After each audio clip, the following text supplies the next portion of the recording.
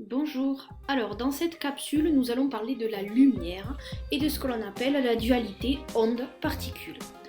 Nous verrons d'une part ce que l'on appelle le modèle ondulatoire de la lumière, puis le modèle particulaire, et puis enfin nous verrons le lien qu'il y a entre les deux modèles dont je viens de parler. Alors premièrement, le modèle ondulatoire. Eh bien en fait, on va dans un premier temps pouvoir décrire la lumière comme une onde électromagnétique. Je rappelle ce que c'est qu'une onde. Une onde, c'est une perturbation qui va se propager sans transport de matière, mais avec transport d'énergie. Cette onde électromagnétique, contrairement à une onde mécanique, elle peut se propager aussi bien dans un milieu matériel que dans le vide. Cette onde, elle va se déplacer à une vitesse de 3 puissance 8 mètres par seconde. Cette onde, comme cette onde électromagnétique, comme toutes les ondes, elles sont caractérisées par, d'une part, la longueur d'onde qu'on notera lambda.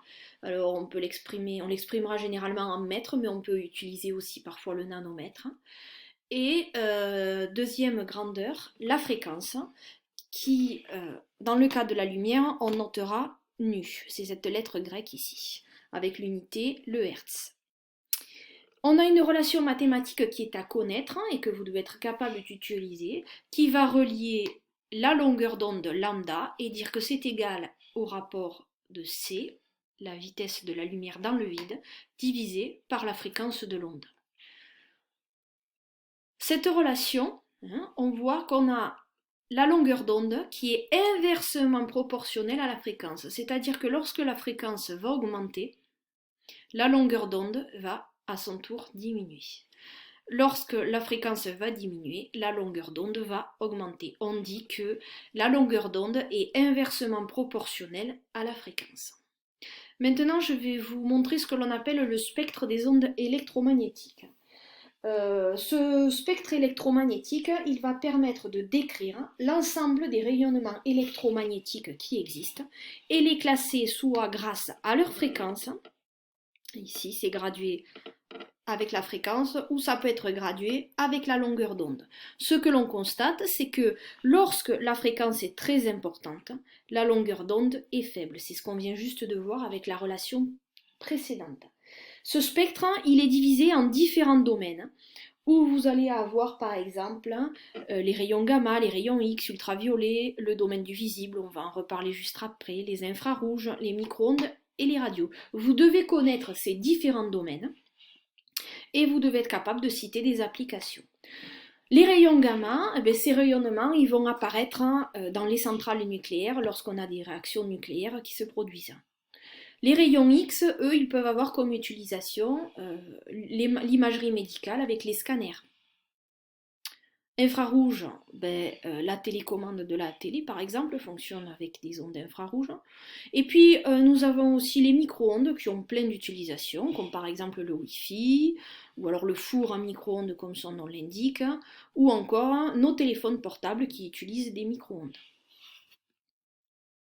Alors, je reviens sur ce domaine-là qu'on appelle le domaine des ondes électromagnétiques qui sont visibles par l'être humain, qui s'étendent de 400 à 800 nanomètres. C'est ce que l'on appelle le spectre du visible. C'est la lumière, des ondes électromagnétiques visibles par l'homme. Alors, le problème de ce modèle ondulatoire, c'est qu'il ne permet pas d'expliquer les observations de certaines expériences. Donc Einstein, en 1905, a introduit un nouveau modèle qu'on appelle le modèle particulaire, qui lui a permis d'expliquer certaines expériences. En fait, qu'est-ce qu'il dit ce modèle? Eh bien, il dit qu'en fait la lumière, elle est constituée, les ondes électromagnétiques, la lumière, elle est constituée de photons. Les photons, en fait, ce sont des particules qui auront une masse nulle, mais qui vont posséder une énergie. Cette énergie, l'énergie d'un photon, s'appellera le quantum d'énergie. Pour calculer la valeur de l'énergie d'un photon, on va utiliser cette relation E égale H fois nu. E, c'est l'énergie qu'on exprimera en joules.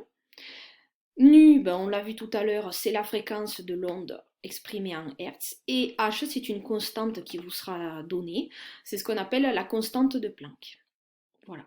Alors cette formule, elle est intéressante parce qu'en fait, elle va faire le lien entre le modèle ondulatoire de la lumière, avec ici la fréquence, qui est une caractéristique d'une onde. Elle fait le lien entre le modèle ondulatoire et le modèle particulière, avec la valeur de l'énergie d'un photon, ici E. Prenons un exemple. Imaginons qu'on ait un photon qui a une longueur d'onde de 580 nanomètres. Essayons de calculer l'énergie que possède ce photon. Pour ça, on a besoin de la formule qu'on vient juste de découvrir. Oui, mais le problème, c'est que j'ai besoin de la fréquence et que je ne possède que la longueur d'onde de ce photon. Eh bien, je vais utiliser la relation vue précédemment qui dit que lambda, c'est C sur nu. En modifiant cette expression, je me retrouve avec nu qui est égal à C sur lambda. J'applique.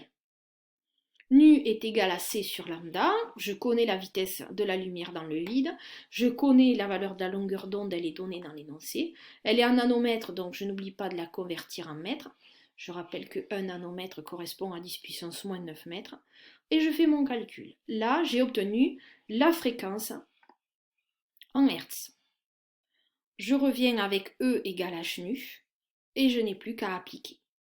Lorsque je fais le calcul, je trouve une valeur d'énergie qui est très faible. E égale 3,43 10 puissance moins 19 joules. Enfin, dans ce cas-là.